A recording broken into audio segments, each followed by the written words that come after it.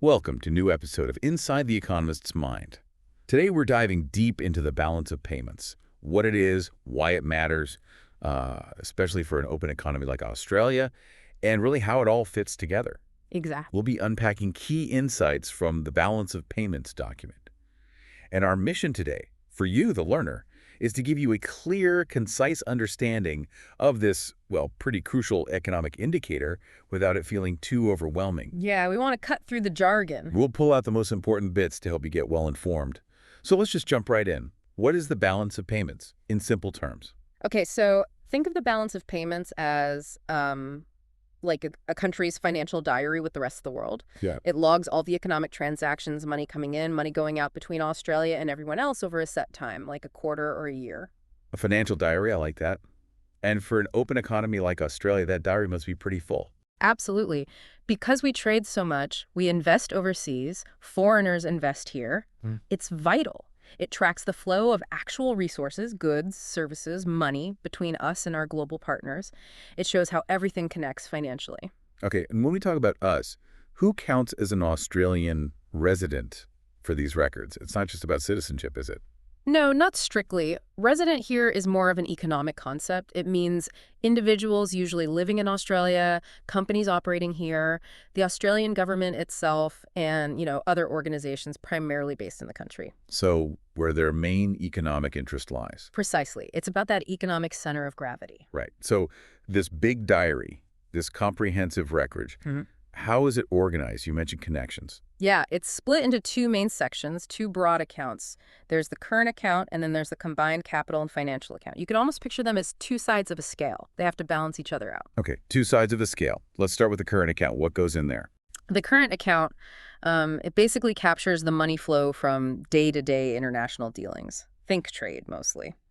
It's the net flow of money from selling goods and services abroad versus buying them from overseas. Plus, income earned from abroad minus income paid out. So short-term stuff, like things consumed or earned right now. Exactly. That's why it's called current. It covers transactions typically completed or income earned within the current period. And you said there are components within that. Yes. Three main parts to the current account: the trade balance, the primary income balance, and the secondary income balance. Okay, trade balance. That sounds like exports minus imports. That's the one. It's the difference in value between what we sell overseas, our exports of goods and services, and what we buy from them, our imports.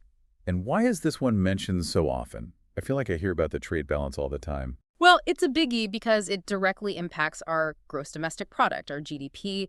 Exports add to GDP, imports subtract.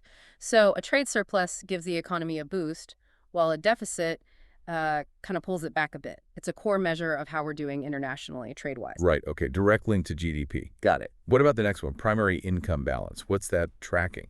Primary income is about earnings related to the factors of production, essentially labor and capital. So it tracks income Australians earn from owning foreign assets like dividends from overseas shares, interest on foreign bonds, profits from Aussie companies operating abroad minus the income foreigners earn from their Australian assets, like dividends paid to overseas shareholders or interest paid on Aussie debt held abroad. It also includes wages, like money sent home by Aussies working overseas or paid to foreign workers here. Okay, so income from investments and work crossing borders. Exactly. And the third part, secondary income balance. That sounds a bit different. It is a bit different. Secondary income covers transfers where there isn't a direct economic exchange. Think one-way streets. It has two bits. First, some government transactions like, say, taxes paid by non-residents to the Australian government or tax refunds going the other way. Second, it includes what are called current transfers. These are transactions where something is provided goods, services, money without getting anything specific back in return right then. Like foreign aid. Precisely. Like Australia sending emergency food aid after a natural disaster overseas, that's a current transfer. It's usually for immediate consumption or needs. Okay, makes sense. So that's the current account trade, primary income, secondary income. Right. Now the other side of the scale, the capital and financial account. What's its focus? Right. So if the current account is about the immediate flows of trade and income, the capital and financial account is about changes in ownership. It tracks Australia's net change in its assets and liabilities with the rest of the world. It's more about the investment side, the financing side, how we pay for things internationally, or how others invest here. And that's split too, into capital account and financial account. Yes. though the capital account is usually much smaller than the financial account. Okay, let's tackle the capital account first then. What's in there? The capital account primarily covers two things: capital transfers and dealings in non-produced, non-financial assets. Now, capital transfers are also one way, like secondary income transfers, but they typically involve the transfer of ownership of fixed assets or debt forgiveness. It's more about changes in wealth. Think of, say, migrants transferring their assets when they move countries, or a government canceling a debt owed by another country. Bigger, lumpier transactions related to assets. Kind of, yeah. And the other part, non-produced, non-financial assets, sounds complicated, but it mainly includes things like patents, copyrights, trademarks, intangible assets, and also rights to use natural resources like buying or selling mining rights or fishing quotas across borders. Okay, intangible stuff and resource rights. Got it. So the financial account must be where the really big money flows are tracked. Exactly. The financial account is the main event, you could say.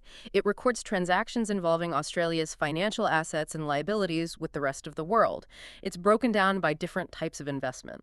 Let's go through those types. First up, direct investment. Direct investment, or FDI, foreign direct investment, is when an investor aims to have a significant influence or a lasting interest in a business located in another country. Usually this means owning 10% or more of the voting power. Think of a foreign company setting up a factory here, or an Australian firm buying a controlling stake in an overseas tech company. It's about control or significant influence. Right, more than just buying a few shares. Which brings us to portfolio investment. How's that different? Portfolio investment is more about purely financial returns. It's buying shares, equity, or bonds, debt in foreign entities, but without getting that significant influence. So you might buy shares in Apple or U.S. Treasury bonds, but you're not trying to run the company or influence U.S. policy. It's generally more liquid, easier to buy and sell than direct investment. Okay, less control, more about the potential profit. Next, financial derivatives. These always sound complex. They can be quite complex, but fundamentally, a derivative is a financial contract whose value is derived from something else, an underlying asset, like a share, a bond, a currency rate, or even, say, a commodity price. People use them often to manage risk, like hedging against currency fluctuations or interest rate changes. It's about transferring risk rather than directly investing in the underlying thing itself. Okay, risk management tools. Then there are reserve assets. Yes, reserve assets are specific foreign currency assets held by the central bank, in our case, the Reserve Bank of Australia, RBA. These are things like foreign government bonds, foreign currency deposits. The RBA holds them for policy reasons, maybe to intervene in the currency market, to smooth out the Aussie dollar's value, or just to ensure we can meet our international payment obligations. Right, the RBA's toolkit. And the last one is other investment, a bit of a catch-all. It is, yeah. It covers transactions that don't neatly fit into the other categories. Two big ones are trade credits, which is basically when payment for exports or imports is delayed. Like in that iron ore example earlier. Exactly like that example. And the other big one is currency and deposits. This captures money moving between Australian and overseas bank accounts, and also the physical movement of banknotes and coins across borders. Okay, so that covers all the types of flows. Now, you mentioned this idea of the accounts balancing. How does the accounting actually work? Something about double entry. Yes, double entry bookkeeping is absolutely fundamental to the balance of payments. The core idea is that every single international transaction has two sides, representing a flow of equal value. Something of economic value is provided and something of equal value is received. So the system records both sides. A credit entry, shown as positive, is recorded when Australia provides economic value to the rest of the world, like exporting goods or receiving investment from overseas. A debit entry, shown as negative, is recorded when Australia receives economic value, like importing goods or investing overseas. And for any single transaction, the credit and debit entries must be equal in value. So let's revisit that wool export example. We export wool. That's providing goods, so that's a credit. Yes, exporting wool is a credit in the current account under goods trade. And the payment we receive, where does that fit? Is that the debit? Good question. The payment received also creates an entry. If the payment comes into an Australian bank account from overseas, that's an increase in our foreign financial assets or decrease in liabilities. This inflow of funds is actually recorded as a credit in the financial account, likely under other investment currency and deposits. Wait, so two credits. How does that balance? My apologies, let me clarify that. The export itself is a credit, current account goods. The corresponding financial flow depends on how it's paid. If the foreign buyer pays immediately by transferring money to the exporter's Australian bank account, this increases Australia's claims on the rest of the world. In the standard presentation, the increase in the exporter's foreign currency deposit asset would be a debit entry in the financial account, reflecting the acquisition of a financial asset, the claim on the foreign bank. Okay, export credit, current account. Increase in our financial claim asset, debit, financial account. That makes more sense. One positive, one negative, same amount. Exactly. So because every transaction creates equal credit and debit entries across the whole system, In theory, everything should add up to zero. The total balance of payments should balance perfectly. theoretically, yes. The sum of all credits should equal the sum of all debits. But it doesn't always in practice, right? The document mentions net errors and omissions. What's that about? Right. That's the reality check. Compiling this data is incredibly complex. You're trying to capture billions of dollars in millions of transactions across borders, using surveys, customs data, lots of sources. Inevitably, there are measurement issues. Maybe a good is valued slightly differently at export versus import, and some transactions just get missed entirely. They're omitted. So the data isn't perfect. Not perfectly, no. So net errors and omissions is essentially a plug figure. It's a statistical adjustment added to make the final balance of payments sum to zero, acknowledging those data gaps and discrepancies. It's the statistical system's way of saying, okay, we know it should balance. Here's the bit we couldn't quite pin down. A statistical balancing act. Okay. So going back to the two main accounts, current and capital and financial, you said there are two sides of a scale. How are they linked? The core relationship is this. The balance on the current account and the balance on the capital and financial account must, by definition, including net errors and omissions, sum to zero. So if the current account is in deficit, meaning we're spending more overseas on imports and income payments than we're earning from exports and income receipts. We must be financing that somehow. Precisely. That deficit has to be funded. And the funding shows up in the capital and financial account. It means, on balance, we've either been borrowing money from overseas or foreigners have been investing more in Australia, buying assets like property or companies, or we've been selling off our own foreign assets. These inflows of capital create a surplus, a net credit, in the capital and financial account that exactly offsets the current account deficit. So a current account deficit implies a capital and financial account surplus and vice versa. Exactly. Think about Australia historically. We've often run current account deficits. Why? Partly because we're often investing more building mines, infrastructure, than we save domestically. So we attract capital from overseas to fund that investment. That inflow shows up as a surplus on the capital and financial account. Of course, that borrowing or foreign investment means we then have to pay interest or dividends back to foreigners later. Which contributes back to the current account deficit through the primary income balance. You've got it. It's a cycle. A current account deficit isn't necessarily bad if the foreign capital is funding productive investment that generates future growth and income. But it highlights that link trade and income flows are financed by capital and investment flows. That really clarifies the connection. The document had some great examples in a box. Maybe running through one or two could help cement this. Right. How about that iron ore export? Sure. So Aussie company exports $100 million of iron ore. Payment is delayed. It's on trade credit. Step one, the export itself.